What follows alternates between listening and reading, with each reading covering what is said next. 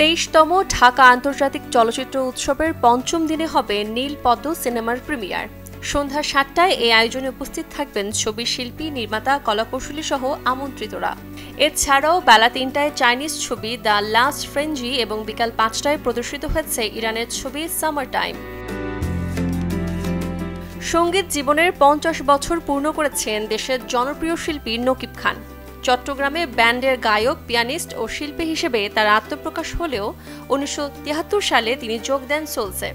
১৯৮৫ সালে ঢাকায় এসে গড়ে তোলেন নিজ ব্যান্ড রেনেসা। মন শুধু মন ছুঁয়েছে গানের এ শিল্পী সুরকার হিসেবে ক্যারিয়ারের ৫ দশক পূর্ণ করা উপলক্ষে ১৭ জানুয়ারি আয়োজন করা হয়েছে সুরে সুরে ৫০ শিরোনামের এক অনুষ্ঠান।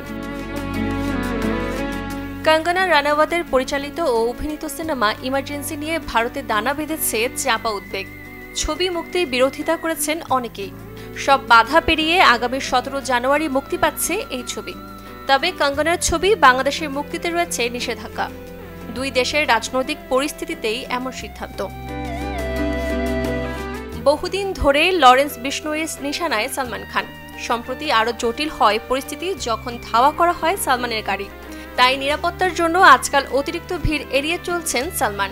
তাতে কিন্তু কাজে ব্যাঘাত ঘটেনি এক বিন্দু।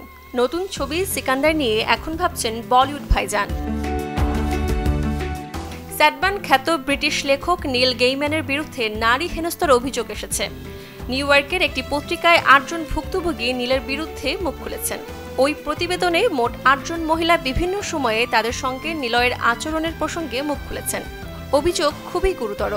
তবে নারী ধর্ষণের বিষয়ে মুখ খোলেননি নীল গেইম্যান।